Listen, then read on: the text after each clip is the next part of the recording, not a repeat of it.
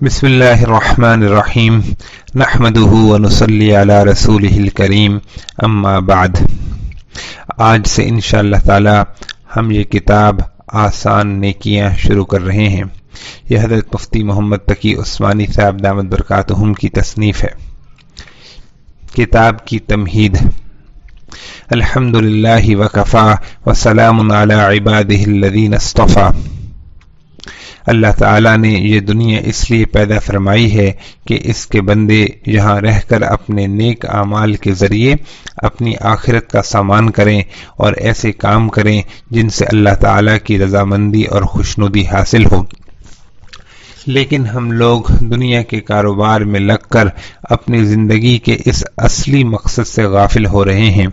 ہماری صبح سے لے کر شام تک کی زندگی اپنی دنیا کو زیادہ سے زیادہ بہتر اور زیادہ سے زیادہ مزیدار بنانے کی دوڑ دھوپ میں صرف ہو رہی ہے، اور اس دوڑ دھوپ میں بہت کم اللہ کے بندے ایسے ہیں جنہیں اپنی آخرت کو بہتر بنانے کا خیال آتا ہو۔ حالانکہ یہ بات طے شدہ ہے جس سے کوئی دہریہ بھی انکار نہیں کر سکتا کہ ایک دن اس دنیا سے جانا ہے اور جانے کا وقت مقرر نہیں، خدا جانے کب بلاوا آ جائے۔ اسلام نے آخرت کو بہتر بنانے کے لیے جو طریقے بتائے ہیں در حقیقت وہ کچھ مشکل نہیں ہیں، بلکہ اگر انسان ان طریقوں کو اختیار کرے تو اس کی دنیا بھی پرسکون ہو جاتی ہے۔ لیکن آج کل ذہنوں میں یہ بات بیٹھ گئی ہے کہ اسلامی تعلیمات پر عمل کرنا ایک مشکل کام ہے، جس کے لیے اپنے بہت سے دنیاوی مفادات، بہت سی لذتیں اور بہت سا عیش و آرام قربان کرنا پڑتا ہے۔ نتیجہ یہ ہے کہ اکثر لوگ اس مشکل کا تصور کر کے اس راہ پر چند قدم چلنا بھی شروع نہیں کرتے۔ حالانکہ اول تو اسلامی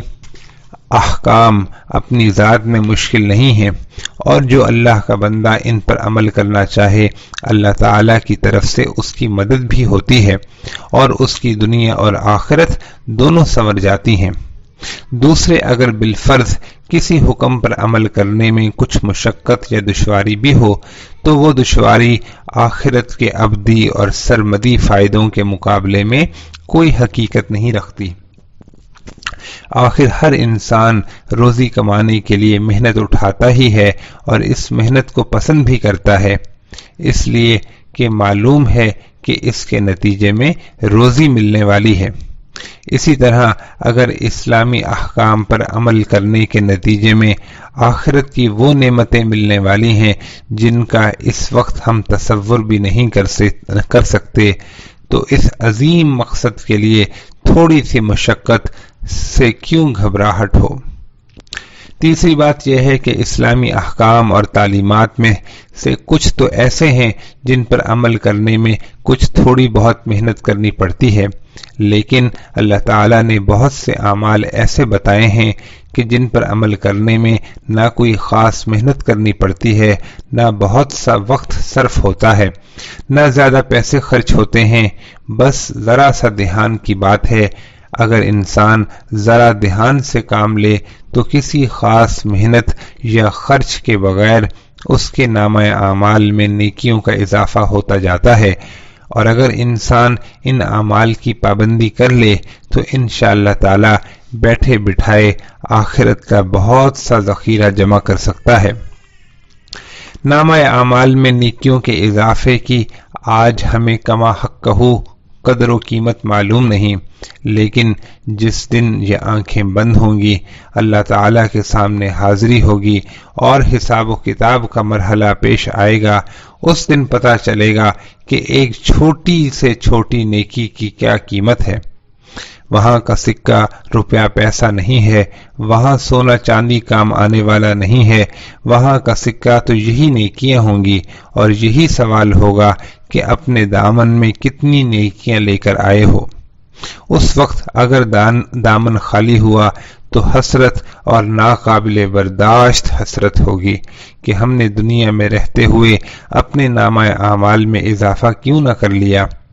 لیکن عمل کا وقت ختم ہو چکا ہوگا، اس لیے یہ حسرت کچھ کام نہیں آ سکے گی۔ حضرات صحابہ کرام رضی اللہ تعالی عنہم جن کو ان نیکیوں کی قدر و قیمت معلوم تھی وہ ان نیک کاموں کے حریص تھے۔ جہاں کسی عمل کے بارے میں یہ معلوم ہوا کہ اس سے اللہ تعالی راضی ہوتے ہیں فوراً اس پر عمل شروع کر دیا، اور جس عمل کا ثواب ہونا انہیں دیر سے معلوم ہوتا اس پر افسوس کا اظہار کرتے کہ یہ بات ہمیں پہلے معلوم نہ ہوئی ورنہ ہم پہلے سے اس نیکی کو معمول بناتے۔ حضرت عبداللہ ابن عمر رضی اللہ تعالی عنہما کو حضرت ابو ہریرہ رضی اللہ تعالی عنہ نے یہ حدیث سنائی کہ جو شخص کسی جنازے کی نماز پڑھے اس کو 1 قیراط ثواب ملتا ہے، اور جو میت کے دفن ہونے تک جنازے کے پیچھے جائے اسے 2 قیراط ملتے ہیں، جن میں سے 1 احد پہاڑ کے برابر ہوتا ہے۔ حضرت ابن عمر رضی اللہ تعالی عنہما نے حضرت عائشہ صدیقہ رضی اللہ تعالی عنہا سے اس حدیث کے بارے میں پوچھا، انہوں نے بھی حضرت ابو ہریرہ رضی اللہ تعالی عنہ کی تصدیق فرمائی، تو حضرت ابن عمر رضی اللہ تعالی عنہما نے بے ساختہ فرمایا کہ ہم نے تو بہت سے قیراط بلا وجہ ضائع کر دیے۔ غرض یہ کہ ہر وہ نیک کام جو اللہ تعالیٰ کی خوشنودی کا سبب بنے بڑی قابل قدر چیز ہے، اور دنیا میں رہ کر ہی اس سے فائدہ اٹھایا جا سکتا ہے، اور خاص طور سے ایسے نیک کام جنہیں انجام دینے میں کوئی مشقت نہیں ہوتی، انہیں صرف بے پرواہی اور غفلت کی وجہ سے چھوڑ دینا تو اتنے گھاٹے کا سودا ہے کہ آخرت میں اس کی حسرت ناقابل برداشت ہوگی۔ لہذا خیال آیا کہ ایک مختصر رسالے میں ایسی آسان نیکیوں کی ایک فہرست جمع کر دی جائے کہ جن کو انجام دینے میں نہ کوئی خاص محنت خرچ ہوتی ہے نہ کوئی خاص وقت لگتا ہے، بس ذرا سی توجہ کے ذریعے انسان کے نامہ اعمال میں اضافہ ہو جاتا ہے۔ مسلمانوں سے درخواست ہے کہ وہ ان ذرّی اعمال کو غور اور جذبے کے ساتھ پڑھیں اور ان کو اپنی زندگی کے معمولات میں شامل فرمائیں۔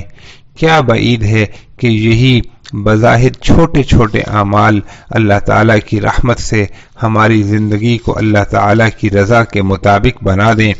اور ان کے ذریعے ہمارا بیڑا پار ہو جائے۔ اللہ تعالیٰ اپنے فضل و کرم سے احقر کو اور سب مسلمانوں کو ان پر عمل کی توفیق مرحمت فرمائیں اور ان کو اپنی بارگاہ میں قبول فرما کر ہماری عاقبت بخیر فرما دیں، آمین ثم آمین۔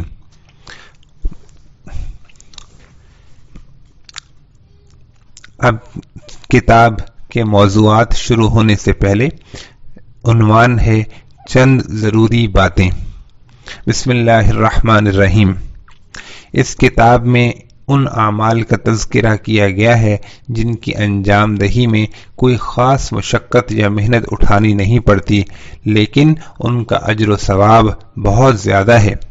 اس سے مقصد یہ ہے کہ ان آسان نیکیوں پر عمل کرنے اور انہیں آخرت کا ذخیرہ بنانے کا داعیہ دلوں میں پیدا ہو،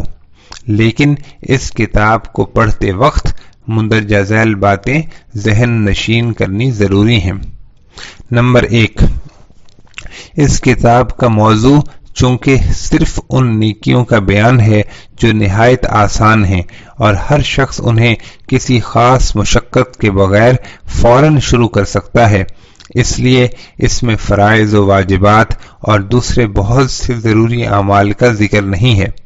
لہذا یہ بات یاد رکھنی چاہیے کہ دین صرف ان اعمال میں منحصر نہیں ہے جو اس کتاب میں بیان کیے گئے ہیں۔ دین کے احکام زندگی کے ہر شعبے پر حاوی ہیں اور ہر مسلمان کا فرض ہے کہ وہ تمام ارکان، فرائض اور واجبات کو بجا لائے اور گناہوں سے پرہیز کرے۔ لیکن اس کتاب کے 2 مقصد ہیں۔ ایک مقصد تو یہ ہے کہ جو حضرات پہلے سے فرائض و واجبات کا اہتمام کرتے ہیں ان کو مزید ایسے اعمال کی ترغیب دی جائے جو ان کے نامہ اعمال میں بآسانی بیش قیمت اضافہ کر سکیں، اور دوسرا مقصد یہ ہے کہ جو حضرات دین کو مشکل سمجھ کر اس سے بالکل غافل ہو بیٹھے ہیں ان کو ایسے آسان اعمال کی ترغیب دی جائے جن کو شروع کرنا کچھ مشکل نہیں ہے، اور وہ ان آسان اعمال سے دین کی طرف پیش قدمی کا فوراً آغاز کر سکتے ہیں، اور امید یہ ہے کہ اگر ان آسان اعمال کی انہوں نے پابندی کر لی تو انشاءاللہ تعالی ان کے دل میں رفتہ رفتہ دین کے تمام احکام پر عمل کی رغبت پیدا ہوگی، اور بالآخر مکمل دینی زندگی کو اپنانا ان کے لیے آسان ہو جائے گا انشاءاللہ تعالی۔ نمبر 2، دوسری بات یہ ہے کہ اس کتاب میں جگہ جگہ ایسی احادیث درج ہیں جن میں بعض آسان اعمال پر گناہوں کی مغفرت کے وعدے کیے گئے ہیں۔ ایسی احادیث کے مطالعے کے وقت یہ بات ذہن میں رہنی چاہیے کہ نیک اعمال سے جو گناہ خود بخود معاف ہو جاتے ہیں ان سے مراد گناہ صغیرہ ہیں۔ جہاں تک گناہ کبیرہ کا تعلق ہے وہ قاعدے سے توبہ کے بغیر معاف نہیں ہوتے۔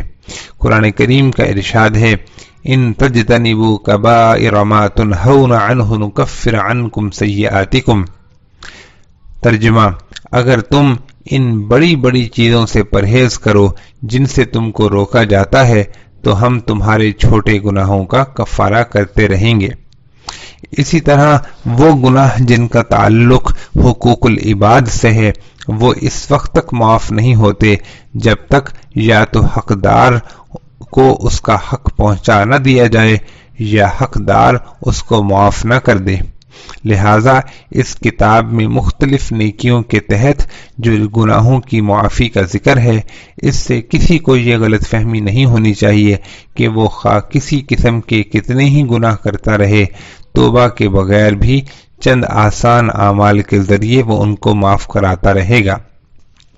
دراصل جس ماحول میں حضرت صلی اللہ علیہ وآلہ وسلم نے مختلف نیکیوں پر گناہوں کی معافی کا ذکر فرمایا وہاں یہ تصور مشکل ہی سے آتا تھا کہ کوئی مومن کسی کبیرہ گناہ میں ملوث ہوگا اور اس سے توبہ نہیں کرے گا، لہذا لوگوں کے زیادہ تر گناہ صغیرہ ہوتے تھے، اس لیے حضرت صلی اللہ علیہ وسلم نے انہی کی معافی کا ذکر فرمایا۔ اس سے گناہ کبیرہ کی سنگینی اور توبہ کی ضرورت و اہمیت میں کوئی کمی واقع نہیں ہوتی۔ نمبر 3، ان دونوں باتوں کو پوری طرح ملحوظ رکھنے کے ساتھ ساتھ دوسری طرف حضرت صلی اللہ علیہ وسلم کا یہ ارشاد بھی نہ بھولنا چاہیے کہ لا تحقرن من المعروف شیئا، کہ نیکی کی کسی بات کو ہرگز حقیر نہ سمجھو۔